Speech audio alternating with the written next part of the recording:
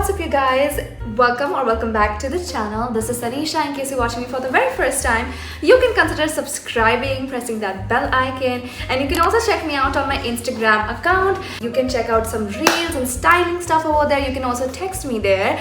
By the way, for today's video, we have a makeup look. As you can see, I've already done like a cute rosy plus glittery sort of makeup look. As you guys already know that this is like a Valentine's week coming up, so I thought let's just create like a cute like makeup look together so that you guys can use it if you're going out somewhere. Even if you're not going out for dates or something like that, this look can be definitely used anytime, anywhere, because I've kept everything very basic with the nude lipstick and the eye look and everything. So if you guys may or may not know, I've done quite a few makeup looks before as well. So today I'm not going to go into the basics like how I do my base, the foundation, concealer and everything. In case you want to see that, you can watch my other makeup videos as well and get the how I do my base and everything. And we'll just start from contouring and then move on to this eye look, which is more important, and then the lips as well. All of the links are going to be down below for you guys. Also, there's a lot of like amazing sale going on Amazon because of the Valentine's week and everything, so you can get a lot of discounts. So check out the links as well. Let's get started.